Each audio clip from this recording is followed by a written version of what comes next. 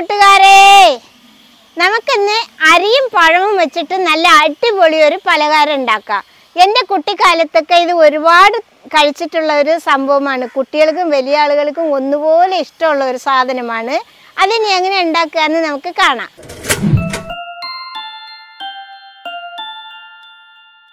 ഞാൻ അതിനു വേണ്ടി എടുത്തിട്ടുള്ളത് 250 ml കപ്പിൽ 2 കപ്പ് മട്ട അരിയാണ് എടുത്തിട്ടുള്ളത്. ഈ മട്ട അരിയിലല്ലാതെ ഏത് അരിയിൽ വേണമെങ്കിലും ഉണ്ടാക്കാം. പക്ഷെ മട്ട അരിയിൽ ഉണ്ടാക്കുമ്പോൾ ഒന്നുകൂടി ടേസ്റ്റ് കൂടുതലുണ്ടാവും. ഇത് ഞാൻ വൃത്തിയാക്കി വെച്ചിട്ടുണ്ട്. ഇനി നമുക്കിതൊന്ന് വറുത്തെടുക്കാം.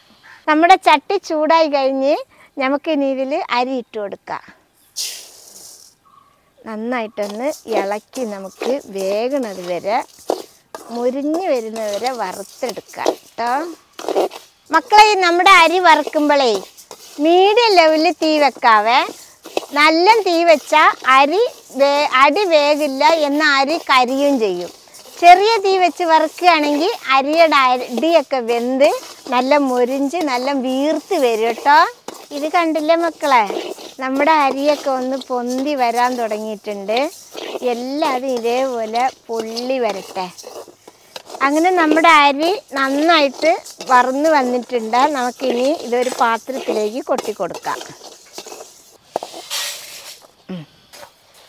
ഒന്ന് ചൂടാറട്ടെ, നമുക്കിതൊന്ന് പൊടിച്ചെടുക്കണം.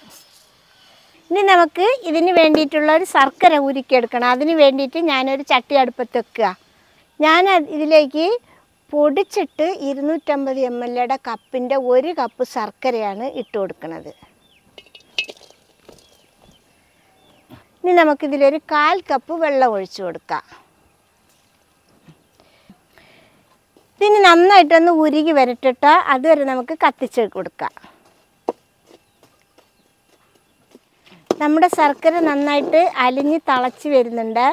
ശർക്കര ഉരുക്കുമ്പോൾ കുറുകൊന്നും വേണ്ട, ശർക്കര ഒന്ന് അലിഞ്ഞ് കിട്ടിയാൽ മതി കേട്ടോ. ഇനി നമുക്കിത് ഒന്ന് തരിച്ചെടുക്കാം.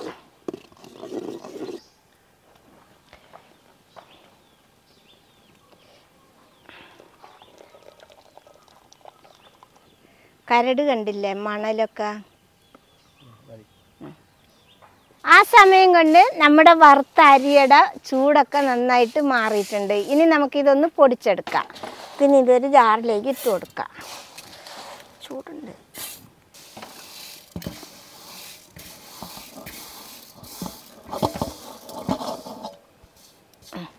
നമ്മുടെ അരി പൊടിച്ചു കൊണ്ടുവന്നിട്ടുണ്ട്. ഇനി നമുക്കിതൊരു പാത്രത്തിലേക്ക് കൊട്ടി കൊടുക്കാം.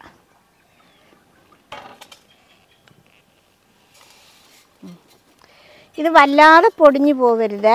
ഇത് കണ്ടില്ലേ, ഇങ്ങനെ ഒരു തരിയോടൊക്കെ കൂടി വേണം പൊടിയാൻ. കണ്ട. ഇനി നമുക്കിതിലേക്ക് ഞാനിവിടെ ഒരു 5 മസൂരിപ്പഴം എടുത്തിട്ടുണ്ട്. മസൂരിപ്പഴം എന്നും പറയും, ചെറുപഴം എന്നും പറയും ഇവിടെ. ഇനി അവിടെ എന്താ പറയുകയെന്ന് എനിക്കറിയില്ല, കമൻറ്റിൽ പറയും. നമുക്കിതിൽ അരിഞ്ഞിടാം. തോല് കളഞ്ഞിട്ട് വേണം അരിയാൻ കേട്ടോ മക്കളെ. കണ്ടില്ലേ, ഇങ്ങനെ അരിഞ്ഞിടാം.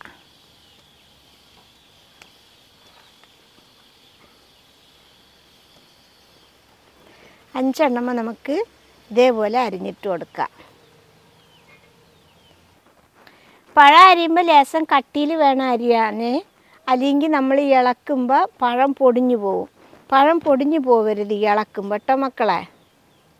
ഈ പഴം അരിയുമ്പോൾ മക്കളെ, ഈ പഴത്തിൻ്റെയും അരിയുടെയും മണം കേട്ടാൽ തന്നെ തിന്നാൻ തോന്നും. ഇനി നമുക്കിതിലേക്ക് തേങ്ങ ഇട്ട് കൊടുക്കാം. ഞാനിവിടെ 1 കപ്പ് തേങ്ങ ചിരകി വെച്ചിട്ടുണ്ട്. നമുക്കിതിൽ ഇട്ട് കൊടുക്കാം. ഇനി നമുക്കിതിലേക്ക് ഒരു 1/4 ടീസ്പൂണ് ഏലക്കപ്പൊടിയും കൂടി ഇട്ട് കൊടുക്കാം. എന്നിട്ട് നമുക്കിതൊക്കെ പാടൊന്നിട്ട് നന്നായിട്ട് മിക്സാക്കി എടുക്കാം.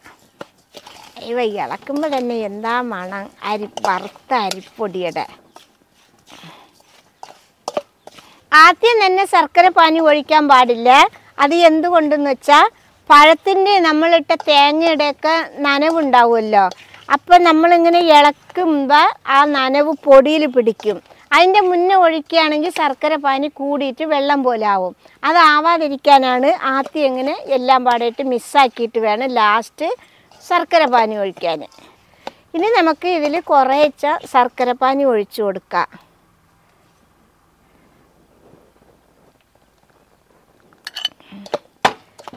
നമുക്കിത് ഇളക്കിയിട്ട് പോരാത്തതിൽ പിന്നെയും ഒഴിക്കാം. ചിലപ്പോൾ ഞാനെടുത്ത ശർക്കര പാനി മൊത്തത്തിൽ ആവശ്യം വരില്ല. നമുക്ക് ആവശ്യത്തിനുള്ളത് ഒഴിച്ചു കൊടുക്കാം. കുറച്ചുകൂടി ഒഴിച്ചു കൊടുക്കാം. ഇതും ഇതേപോലെ നമുക്ക് മിക്സാക്കിയിട്ട് എടുക്കാം. ഇത് മുഴുവൻ നമുക്ക് ആവശ്യം വരുന്നുണ്ട്. ഒഴിച്ചു കൊടുക്കാം. ഇനി നന്നായിട്ട് മിക്സാക്കി എടുക്കാം. എനിക്കിപ്പോൾ എല്ലാ ശർക്കര പാനിയും ഒഴിക്കേണ്ടി വന്നിട്ടാ. എല്ലാതും ഇതുപോലെ ആയിക്കോണമെന്നൊന്നുമില്ല. അതിനാണ് കുറേശ്ശെ ഒഴിച്ചു കൊടുക്കണം പറഞ്ഞത്.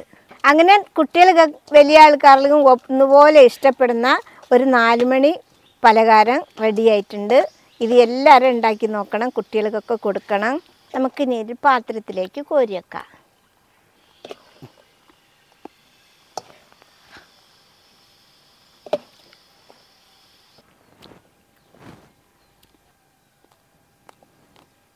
ഇത് നമ്മുടെ വീട്ടുകളിൽ അരമണിക്കൂർ ഉണ്ടെങ്കിൽ നല്ല സിമ്പിളായിട്ട് ഉണ്ടാക്കാൻ പറ്റുന്ന ഒരു പലഹാരമാണ്. ഇത് എല്ലാവരും ഉണ്ടാക്കി നോക്കണം. ഇഷ്ടപ്പെട്ടാൽ സബ്സ്ക്രൈബ് ചെയ്യുക, ലൈക്ക് ചെയ്യുക, കമൻറ്റ് ചെയ്യുക, ഷെയർ ചെയ്യുക. മക്കളെ ഫോളോ ചെയ്യാനും കൂടി മറക്കരുതേ.